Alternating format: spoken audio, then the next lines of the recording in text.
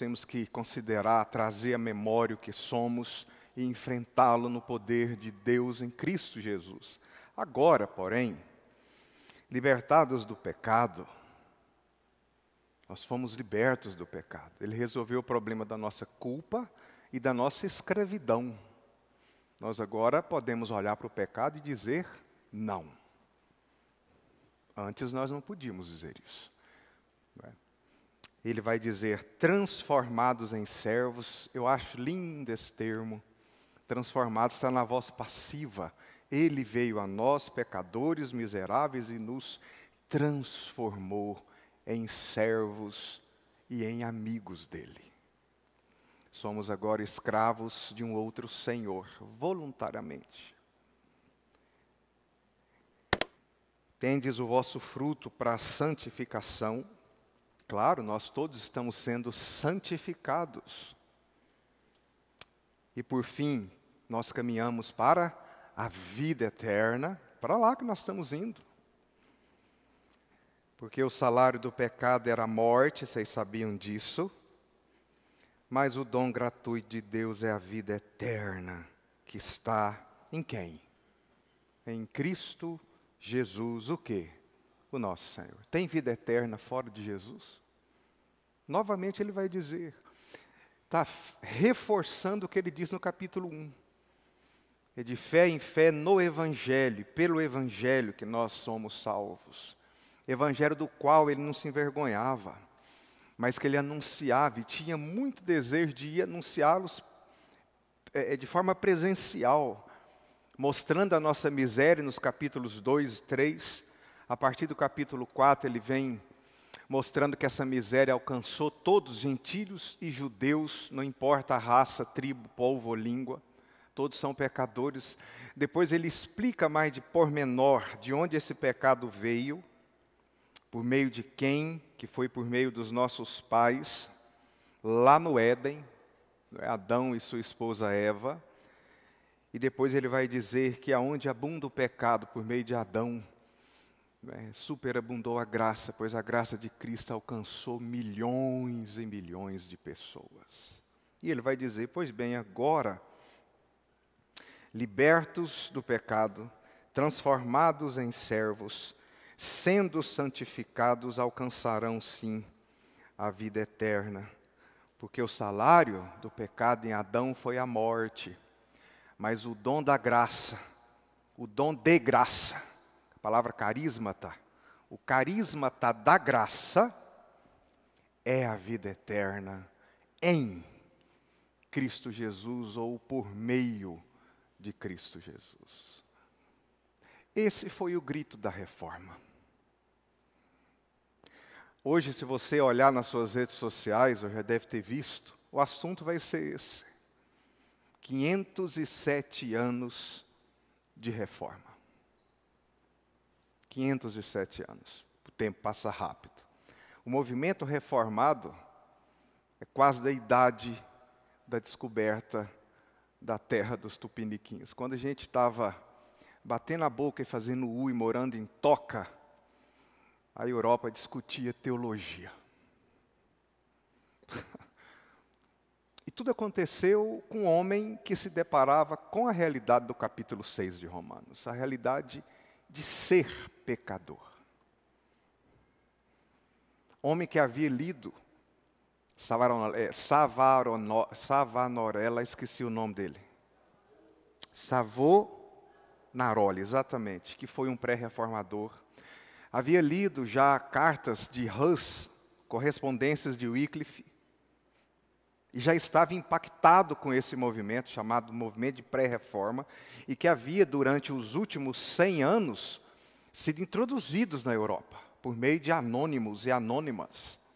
Já havia ali um pressentimento daquele povo de liberdade. Até que nasce o ganso profetizado por John Hus, chamado Martinho Lutero, pois a família era devota de São Martinho, que estuda direito, mas esse pecado descrito nessa carta incomodava esse homem. Ele tinha um problema com a justiça de Deus. E como estudante do direito, Lutero tinha um pensamento bem racional. E ele trabalhava muito com premissas socráticas, né? Então ele trabalhava com pensamentos mais ou menos assim. Se o salário do pecado é a morte, e a lei é quem é a baliza, não é, jurídica disso, não tem como, eu vou para o inferno. Essa era a certeza dele. Agora, temos que lembrar que estamos falando do século XVI, final da Idade Média, um tempo de misticismo, não é, de pobreza intelectual, de pestes e fomes,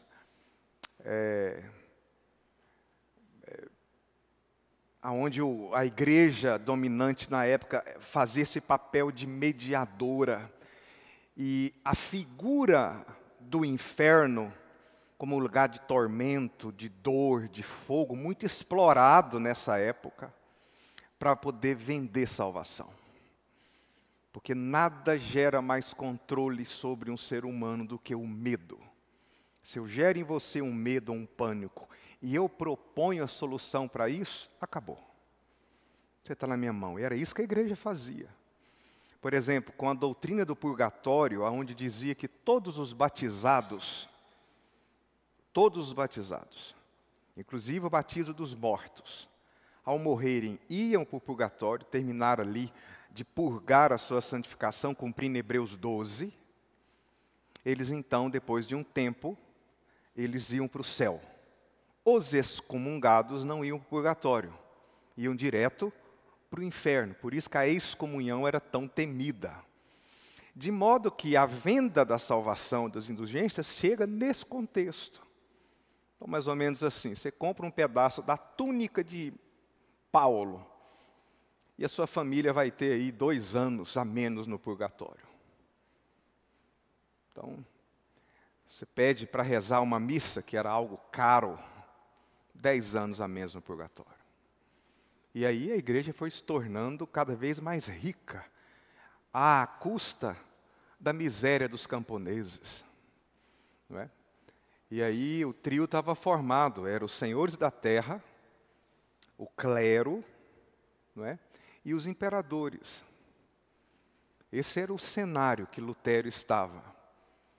Certa feita, vindo de uma festa, ele entra no meio de uma tempestade, com medo de morrer.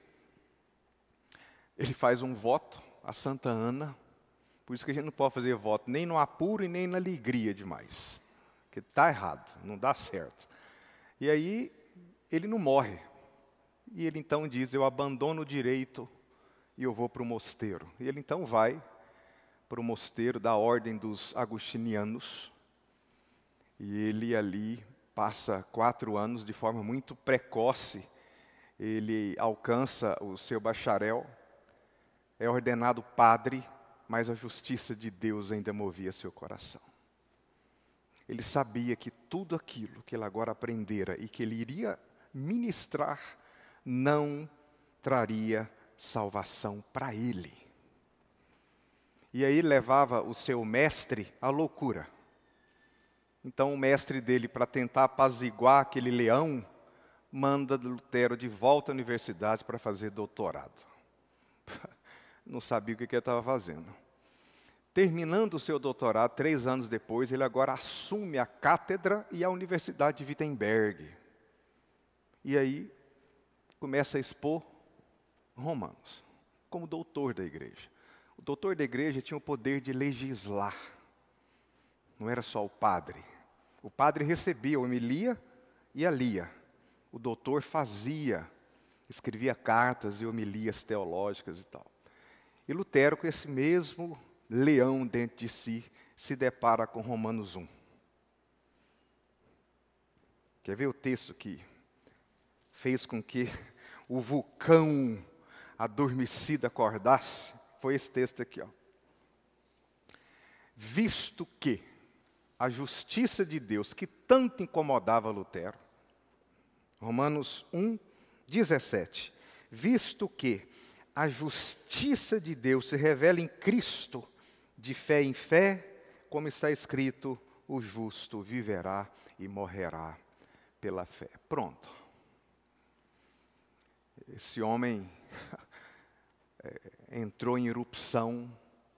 Ele então promove 95 teses assim, a toque de caixa. A gente, para escrever um TCC, demora 1 ano e quase morre. Ele escreve teses extremamente cirúrgicas, mostrando que a salvação não se compra, se ganha. E aí ele se torna um agostiniano praticante, porque é Agostinho que afirmava isso. Ele então vai à internet da época, a rede social da época, era as portas da igreja. Ali era o lugar das notícias, porque era o lugar que todo mundo ia. Ele então afixa suas teses ali na esperança de reformar a igreja, de trazer a igreja da época de volta às Escrituras. Então, os camponeses que já esperavam isso há mais de 100 anos, veem em Lutero um líder, para serem livres também de todo aquele poder de um clero já apodrecido pelo pecado. Pronto. Está feita a receita excelente para virar a Europa do avesso. Lutero, então, é chamado na dieta de Worms, e ele foi ali achando que ele iria se defender e debater teologicamente e provar que as suas teses estavam corretas. O problema é que era uma armadilha. Ele foi ali para negar a verdade da Escritura ou ser excomungado. E aí Lutero fala, eu não posso negar a minha consciência. Por isso que a razão desacorrentada, ou a consciência, é o principal elo da reforma protestante. Ninguém pode contra nós. Cada cristão tem a liberdade da sua consciência. Ele diz que isso não era bom e nem correto, que Deus me ajude. O problema é que, paralelamente, Deus estava resolvendo da sua santa providência a questão de um rei, Henrique VIII. O cara casava e as mulheres do cara só davam filha, mulher. Ele então sumia com essas mulheres. Até que ele faz o seguinte, ele vai atrás do Papa e fala, cancela esse casamento meu aí, porque minha mulher não me dá homem. Eu preciso de um homem para herdar o reino de toda a Inglaterra.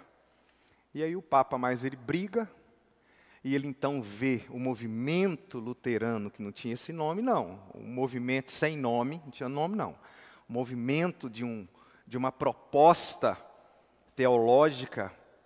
E aí ele então sequestra Lutero e manda Lutero para um castelo, aonde Lutero compõe esse hino que vocês cantaram e traduz a Bíblia para o alemão. Depois disso, o substituto de Henrique, chamado Henrique James I, que era o rei James, como agora eles rompem com a Igreja Católica, a Inglaterra não tinha mais religião. Então eles pedem uma escritura na língua inglesa, um diretório de culto, porque eles só sabiam fazer missa, agora eles precisavam de um culto e de uma igreja. Nasce a igreja anglicana, de onde vêm os puritanos, e que tem grande influência ali nos Países Baixos e posteriormente em toda a América. Né? E foi esse movimento inglês que chegou aqui no Brasil por meio dos ingleses, né, das colônias inglesas da América do Norte. De modo que o grito de Lutero gerou, nesse movimento, principalmente nos primeiros 100 anos, os pilares da reforma. Quais são os pilares que essa igreja ressurgiu? E é sobre eles que eu quero falar para você hoje.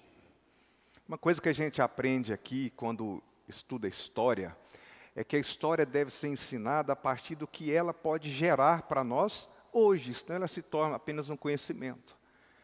Então eu quero olhar para esse quadrinho que eu fiz, Juarez, pode pôr, e aí ele vai ficar só aí. Os solas da igreja contemporânea, essa igreja pluralista, inclusiva, seriam mais ou menos assim. Você pode ler comigo? Primeiro, somente é o que eles dizem. O que vale é a minha experiência. Tanto que uma pesquisa que o Mackenzie College fez na área das ciências da religião, aí ficou tese de mestrado e virou um livro, mostra que a igreja dos últimos 50 anos, ela vem ao culto para ver a opinião do expositor quanto ao texto bíblico. Então ela não vem ao culto para ouvir as Escrituras. Ela vem para ver qual é a opinião de quem fala. Por quê? Porque, afinal de contas, o que vale é a minha experiência e que vai gerar a minha opinião. Então, eu me aproximo do texto bíblico com o pressuposto de que a maior revelação não é o texto, sou eu. Ou seja, isso é oriundo de um movimento antigo, onde fala que a revelação se dá na leitura e no leitor, que é o movimento da neo-ortodoxia. Então, um primeiro pilar que a reforma tenta fazer é trazer a igreja para a Escritura. Deus fala na Escritura. E a reforma dizia que todos nós temos direito de livre acesso à Escritura, mas não de livre interpretação. Livre exame, não de livre interpretação. A Escritura é a intérprete da própria Escritura. Daí, do outro lado, a reforma dizer somente a Escritura. A palavra principal ali não é Escritura, é o somente. Porque a igreja dominante na época também usava as Escrituras, mas elas tinham duas fontes de revelação, tem até hoje. Uma, a igreja romana diz, é a Bíblia. A outra é a tradição, porque a igreja interpreta a Bíblia, gera a tradição que tem tanto peso inspiratório como a Bíblia. Por isso, se você for tentar falar para um católico romano que a doutrina do purgatório não está na Bíblia, não adianta. Porque ela está onde? Na tradição. E a tradição é revelação como a Bíblia. Não adianta você falar para o católico romano que a doutrina do celibato não está na Bíblia. Não importa, a doutrina do celibato está na tradição. Não adianta você falar para um católico romano que a doutrina de Maria como mediadora não está na Bíblia. Eles sabem, claro que não. Ela está na tradição. De modo que o grito da reforma naquela época, será que vale para hoje? Eu acho que exatamente igual, se não for pior. Porque naquela época nós tínhamos apenas uma igreja dominante, que usava o poder do medo e da ignorância do povo para gerar controle social. E hoje? Esses dias eu mais Adriano estávamos, como todo homem, né? A gente entra na caixinha do nada, pega o controle remoto e fica fazendo o quê? A Carol vai descobrir isso esses dias, né, Hélio? A gente fica mudando. Aí, eu caí no Valdomiro Santiago. Aí eu mudei, fui para o Algenor Duque. Aí eu mudei, caí na TV Aparecida. Caí na Canção Nova. Aí Adriano falou assim, nossa, mas esses padres não sei o que lá. Eu falei, ó, vou falar uma coisa, por incrível que pareça. O paganismo da igreja brasileira chegou a um nível tão baixo que entre esses dois pastores evangélicos e o padre hoje causa muito menos mal do que eles. Vamos ficar no padre. Porque o padre é o padre. Você vai estar vendo uma missa da Igreja Católica Apostólica Romana que existe há 2000 anos, exatamente igual, 1500 anos. E o Santiago? O que é aquilo lá? Aí ninguém sabe definir o que é aquilo lá. Ali tem macumba, ali tem consulta de mortos e de gente que recebe revelação e te passa. Ali tem venda de indulgências com muito mais propriedade do que era na época da Idade Média. Hoje, por exemplo, se vende fronha com Salmo 91 escrito para curar insônia. E o povo compra. Afinal de contas, ninguém quer ficar no purgatório. Se esqueceram que a Escritura é a única regra de fé e prática. Porque o que vale hoje é a minha, o quê? Experiência. Eu fui lá e Deus falou comigo. O que vale é a minha experiência.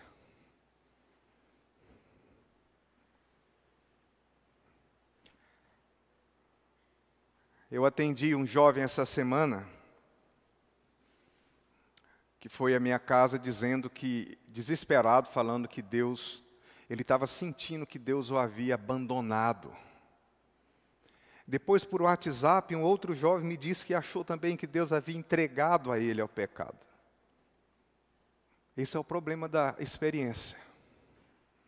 Isso é o que eles sentem. E isso não pode pautar a sua fé. O que tem que pautar a sua fé é o que está aqui. Aí eu mandei para ele, via o WhatsApp, e para esse rapaz que estava no meu gabinete. E eu falei para ele, a Escritura diz que jamais Ele nos abandonará.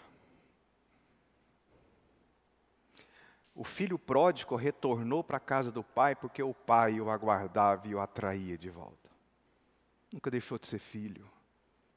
O próprio Jesus diz, eis que estou convosco, todos os dias que você sente e os dias que você não sente a presença dEle. Ele está lá. Por quê? Porque Ele disse que estaria. Ele disse, por exemplo, que ama com todas as forças a vida da Glauciele, do Leandro. E ela perdeu o bebê. Mas o que isso muda na pessoa do Senhor? Nada. Por quê? Porque está escrito. Não é o que eu sinto. O que eu sinto é... Se for mapear a nossa experiência, está aí o Danilo, que tem formação, a Ana. A experiência psicológica e social do homem é uma loucura. Não é? Dependendo do dia, você é o super crente. É vitória, vitória. Dependendo do dia, você faz como Davi, até quando o Senhor me ouvirá com silêncio?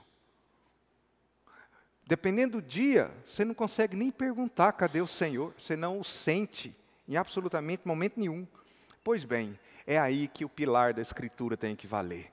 É o que a Escritura diz. Por exemplo, quem aqui nunca teve medo de não ser salvo? Quantos atendimentos eu já fiz, pastor, eu acho que eu não sou eleito. Aí eu pergunto para ele, se você crê de todo o coração que Cristo morreu, a pergunta do batismo, ressuscitou dos mortos, está à direita de Deus Pai, está voltando. Ele diz, eu creio. Eu falei, então, pega a sua experiência e joga no lixo, porque aquele que crê, está escrito, já passou da morte para a vida.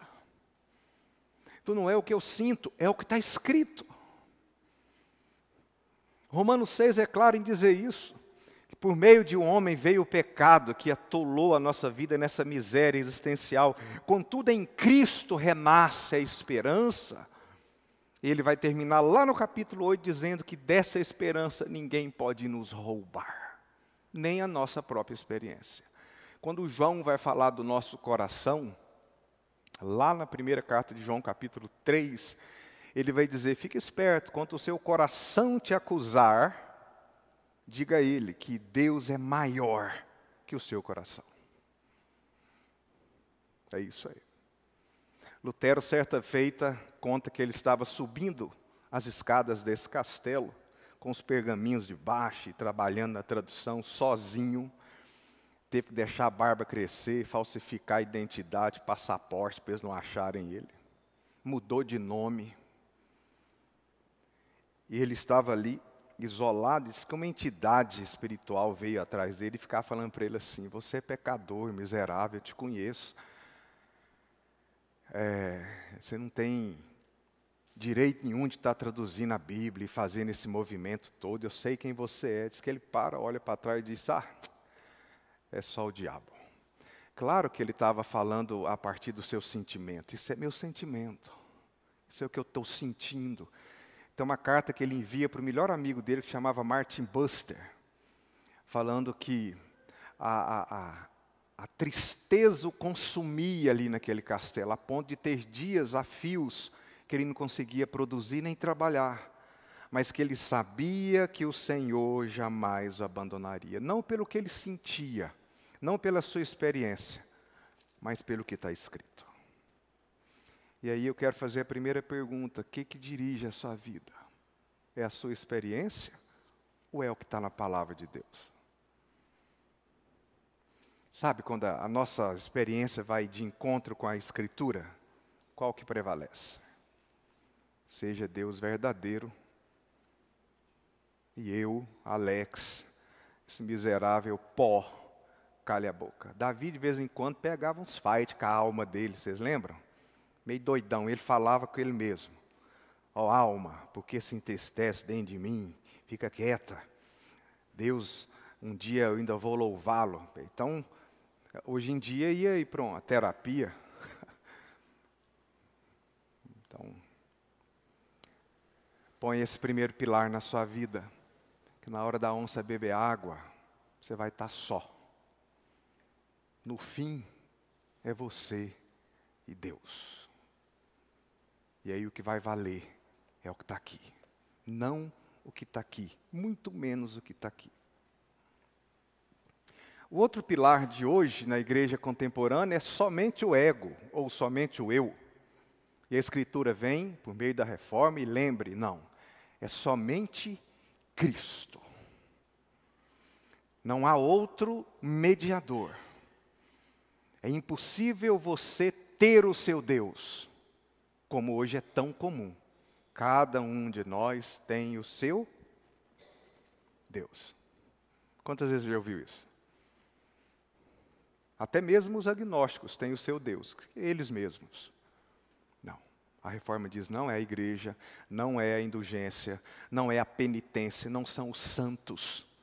É somente Cristo. Não é isso que nós acabamos de ler no texto? Ele se referindo ao próprio Evangelho, ele vai dizer da grandeza dessa salvação que veio por meio de Cristo. Daí ele dizer, mas o dom gratuito de Deus é a vida eterna em Cristo.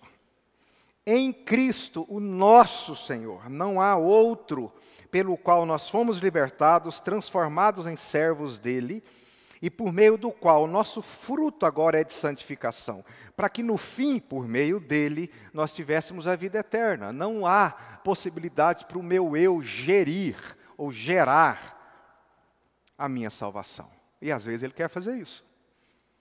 E aí você tem que ir para Romanos 8, a partir do verso 39, e dizer, opa, não senhor, o seu eu, você é mais doido do que o doido. Tem o doido e tem o meu eu. Então o meu eu tem que ser colocado no lugar dele, ele não consegue gerir a minha salvação.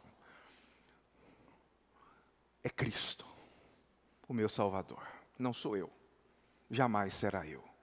Não é a minha obra, muito menos, o meu intelecto, muito menos, é Cristo, é somente Cristo. Não é a sua igreja.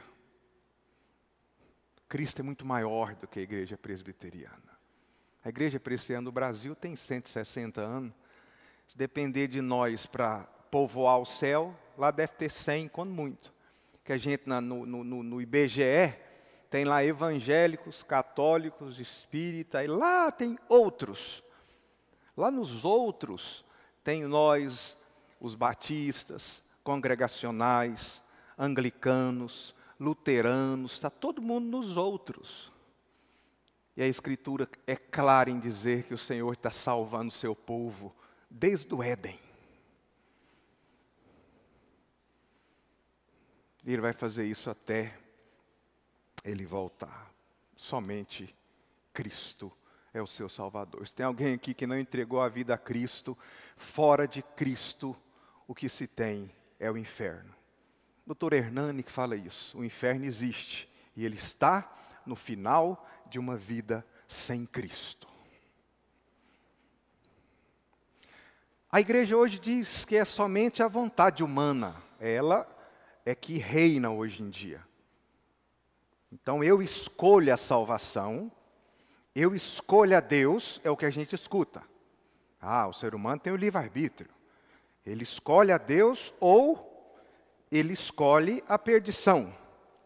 A reforma vem e diz, não, o homem só pode ser salvo pela graça. É Deus quem o escolhe. Conta aqui para mim, Que dia na sua vida você escolheria, dia após dia, servir a Cristo por você mesmo? Nem ele garrando aqui na gente, puxando a gente, ainda quer andar para o outro lado. Você lembra como que Deus tirou Ló de Sodoma? Foi por aqui. O anjo falou, vocês vazam aí, porque o pau vai cair a foice. Ele falou, não sai daqui nem a pau, nem com a catanga. É aqui que é bom, o senhor que não está sabendo. Aí Deus falou, pois bem, arranca porque é eleito. Aí ele cata no colarinho da calça de Ló e sai arrastando eles tudo, joga eles lá para fora e fala para ele, não olha para trás não. Lá na caverna, quando ele tem relação com as duas filhas e gera dois povos, nós entendemos que todos estavam sodomizados. Aquilo era uma prática de Sodoma. E lá na galeria dos heróis, quem está lá? Ló. Eu, por mim, tirava, apagava. Ló, na galeria dos heróis da fé, está lá. Tem muita gente pica-fumo lá. Jó, Gideão, mandou fazer um altar e o povo fazer culto para ele. Está lá. Abraão colocou a mulher dele numa saia curta. Está lá. Por que será que eles estão lá? Porque foi a graça que os alcançou. Não foram eles mesmos. Você é fruto de um Deus que te escolheu.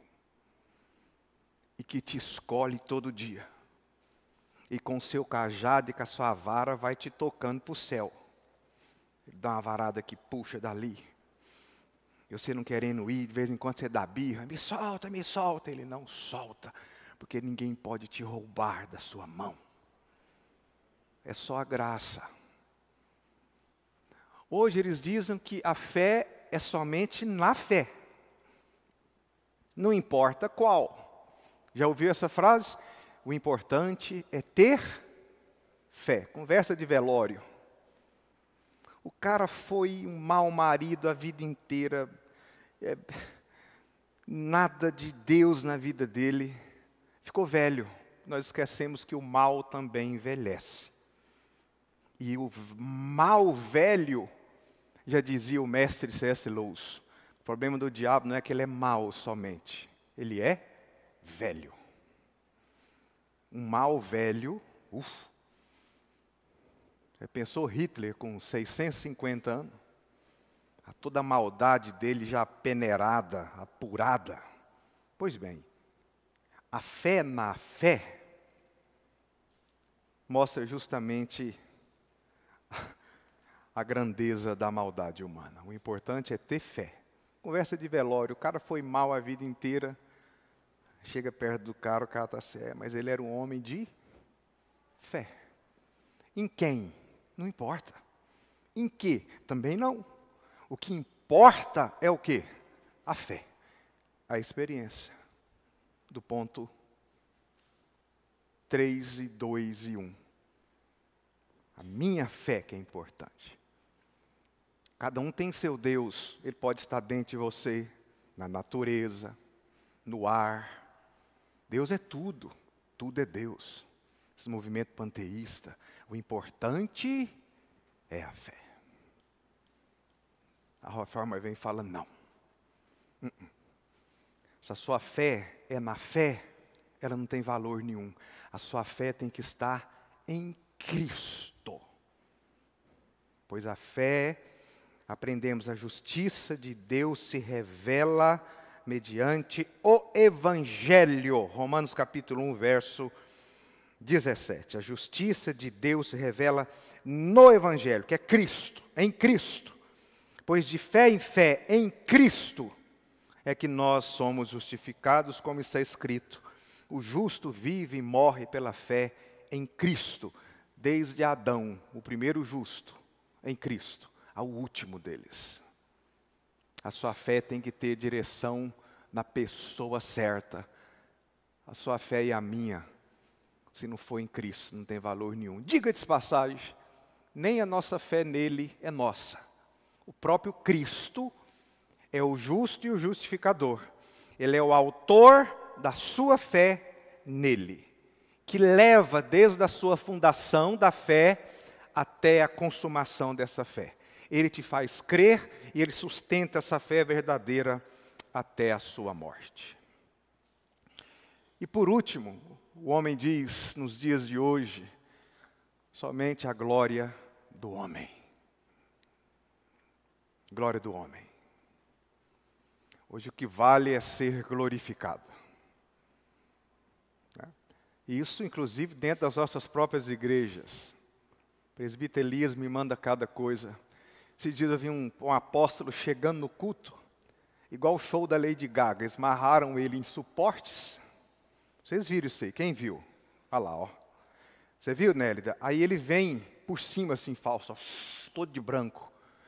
Aí eles param, meio desequilibrado, que é aquilo feito por amadores, mas eles vão descendo dele em duas rodanas laterais, e ele vem como que levitando, assim, desce no meio do povo, e o povo... A glória do homem. A glória do homem. Eu lembro muito bem do movimento neopentecostal que nós herdamos de Kenneth Hagin, Peter Wagner, movimento de batalha espiritual dos Estados Unidos, que vem para cá através da Neuza Etioca. Né? Benny Hinn uma vez veio ao Rio Vermelho e eu fui. Ele pegava o paletó, fazia assim, aquelas cadeirinhas laranja, lembra? Não sei se o Rio Vermelho é assim ainda. Todo mundo caía. Aí ficava eu e o meu pastor, que por incrível que pareça, foi comigo, o reverendo Djalminha, que está jubilado, em pé lá.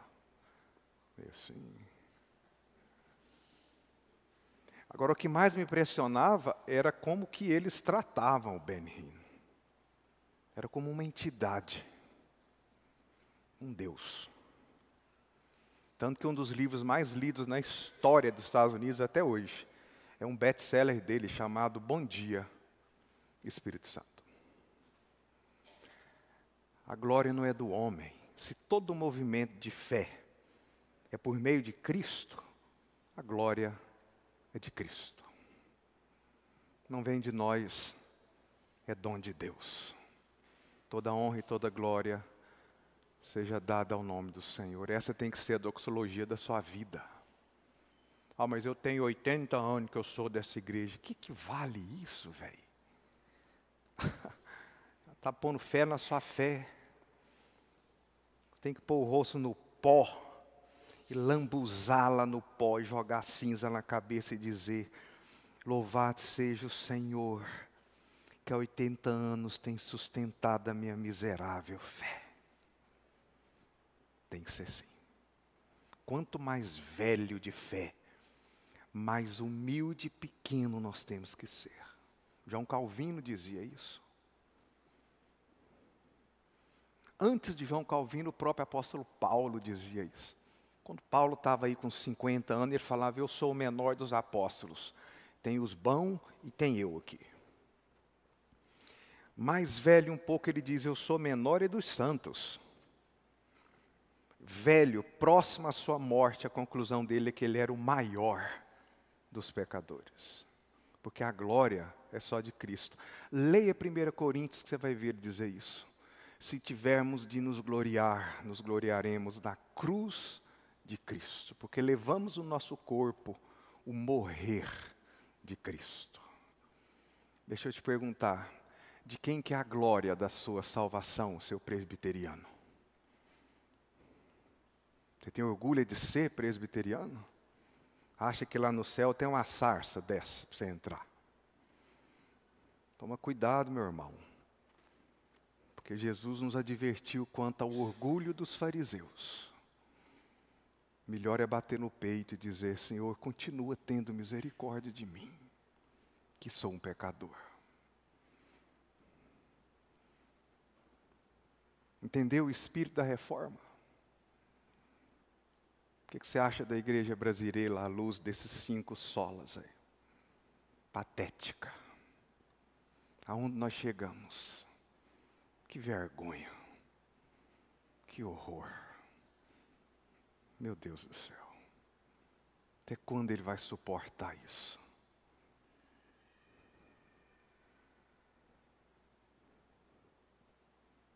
Pega a sua Bíblia, soldado, ela é sua espada. Tome em mãos, porque há trabalho a fazer. Seja essa luz da reforma no seu trabalho, no seu quarteirão, na sua vizinhança.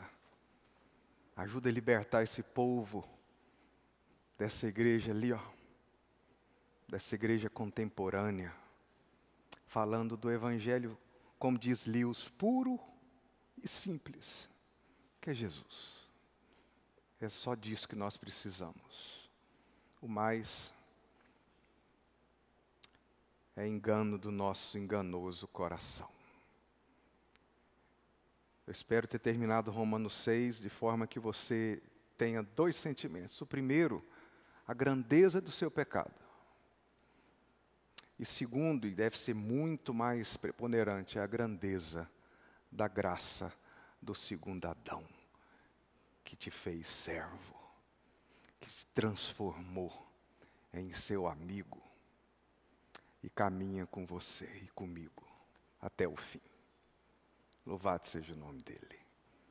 Nós vamos cantar o Grande Eu Sou ou Castelo Forte?